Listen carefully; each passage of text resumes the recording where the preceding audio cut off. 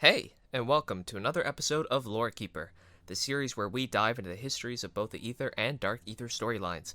In today's episode, we'll be going through the history of Omega Group's Vietnam base, Outpost 25. Prior to its reconstruction and repurpose, let's go back to 1968. Originally an American headquarters named Firebase Ripcord, it was simply a Vietnam base housing troops.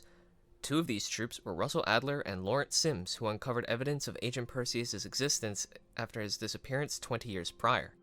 After America exited the Vietnam War, the base was left abandoned.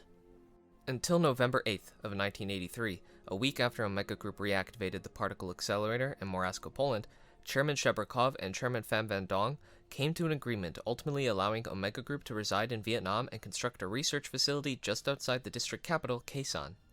And thus, Phase 2 was initiated. This particular location was chosen due to its dimensional fertility.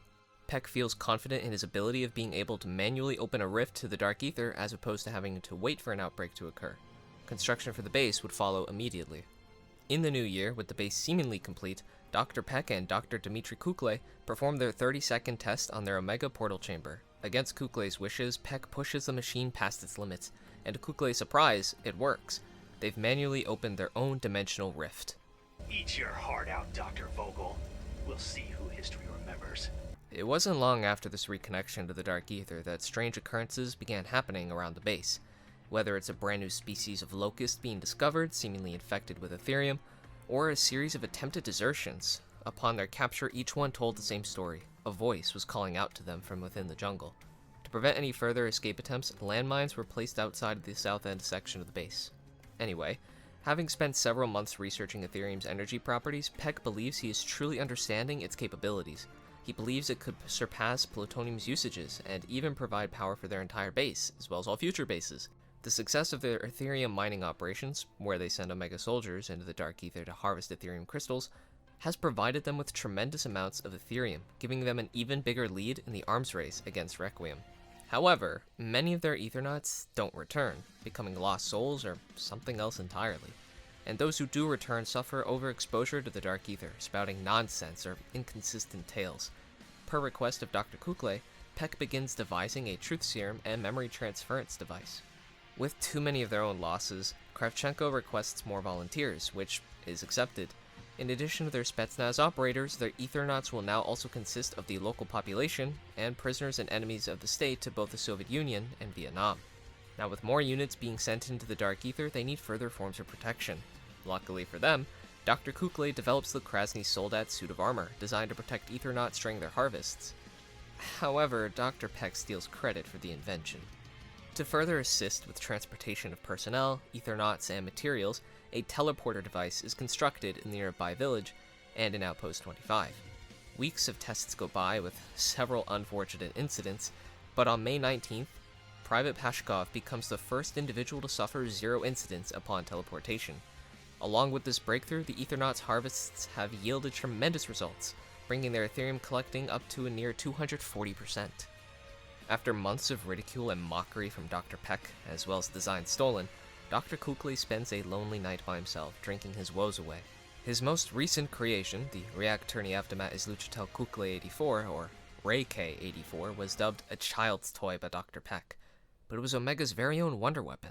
This displeasure towards Peck catches Valentina's attention, who schedules a meeting with him in late May. And upon her arrival, she has Kukle provide her with the blueprints for the Omega portal chamber, instructing him to deliver it to an undisclosed location in secret.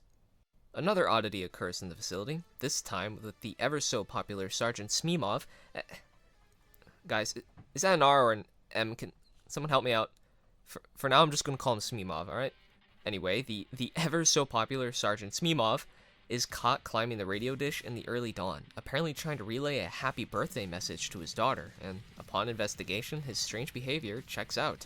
His daughter's birthday was today, but she had died 3 years ago.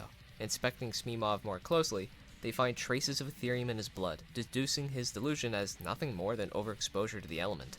In reality, however, the Forsaken was manipulating him by using his daughter's voice.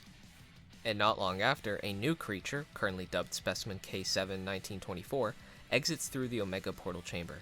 In defense of itself, the creature transforms into a variety of objects and is placed in a holding cell. However, a guard is tricked by one of its transformations, accidentally letting the creature free. It is eventually terminated and sent to Dr. Peck and Dr. Kukle for examination. They discover that the creature's tissue and organs are a jumbled mess and its flesh stretched out. However, this isn't just another creature from the Dark Ether. Dr. Kukle recognizes a face hanging off the side of the creature's jaw as Private Glaskov, one of their Ethereum miners. And not long after, the corpse of the creature, now referred to as the Mimic, transforms into a tape recorder, ultimately ending the session. Unknown to me, though possibly a leak from Eddie, Omega gains intel on BND agent Samantha Maxis making her way to Outpost 25. Gorev makes a surprise visit to the base, instructing Dr. Peck to have her captured and interrogated. And upon her arrival, it wouldn't be long before she becomes captured. Peck begins monologuing to her, attempting to wear her down. Given direct orders from Eddie himself, Peck tosses Samantha away into the Dark Ether despite Omega's own orders. With Samantha's disappearance, her inside asset in Omega, Sergei Ravenov, reaches out to Grigory Weaver of Requiem, where he informs him of Samantha's capture and disappearance.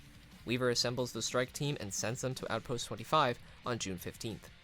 Prior to their arrival, after only a few Earth days in the Dark Ether, when in reality it was months for her, Samantha taps into her old powers once more and unleashes her rage upon Outpost 25. A phasic barrier forms around the base, preventing any form of escape, and an endless horde of the undead overrun the facility, killing all on sight except for Dr. Peck and Ravenov, who are hauled up inside safe rooms. Peck releases a distress signal to Omega HQ, informing them of Requiem's arrival and of the current outbreak. Valentina and Gorev respond, informing him to sit tight until help arrives. Meanwhile, Requiem tries to get Peck to inform them of Samantha's whereabouts, and while he does provide that information, he withholds how to save her. Updating Ravenov on the situation, he recalls Peck's truth serum, providing them the means to create it and use it against Peck, who folds and informs him that they need 3 ID cards, as well as Samantha's, in order to triangulate her position in the Dark Ether.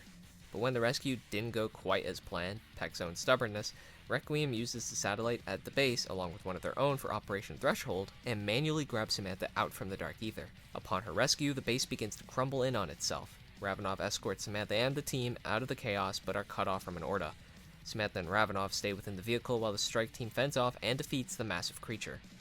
Samantha is then sent back to Requiem HQ along with the Omega strike team, while Ravenov ventures to Omega's operations in the Ural Mountains, now acting as an inside man. Valentina and Kravchenko arrive to the base, saving Peck at the cost of an eye. After that, Outpost 25 was no more and left to rot in the jungles of Vietnam. However, the birth of the inversion warheads, the first wonder weapon, new forms of transportation, and a significant lead in the arms race all started here. Outpost 25 was a pivotal moment in the battle between Omega Group and Requiem, one that shaped the rest of the conflict. Now, before we wrap things up, let's quickly go through things that were invented at Outpost 25. Starting with the Agent Delivery System. This device was essential in Requiem's time at Outpost 25, used to convert Peck's truth serum from a liquid into a gas.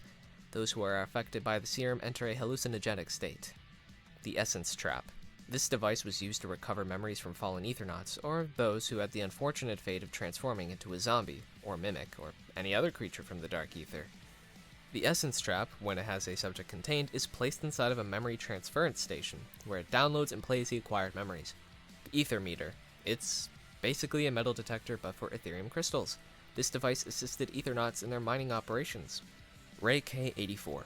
As mentioned before, it was a weapon designed by Dr. Kukle in order to prove to Dr. Peck of his own genius. The weapon was inspired by a concept weapon in World War II known as the GKZ-45. Krasny Soldat. Russian for Red Soldier, the Krasny Soldat was designed to protect Ethernauts during their harvest and to hopefully minimize the amount of casualties they were frequently facing. Boost Module. This device was designed for a faster form of transportation between the facilities. After the outbreak, however, only the launch pad schematics were recovered, being stationed around the Ural Mountain outbreak zones. Due to the lack of a landing pad, operators were to use their parachutes for safety. Ether Reactors. Basically just Ethereum generators that provided power to the entire facility. They absorbed Ethereum particles produced from the Ethereum crystal located nearby. This invention was the inspiration behind the LT-53 Casimir. Omega Portal Chamber, or OPC for short.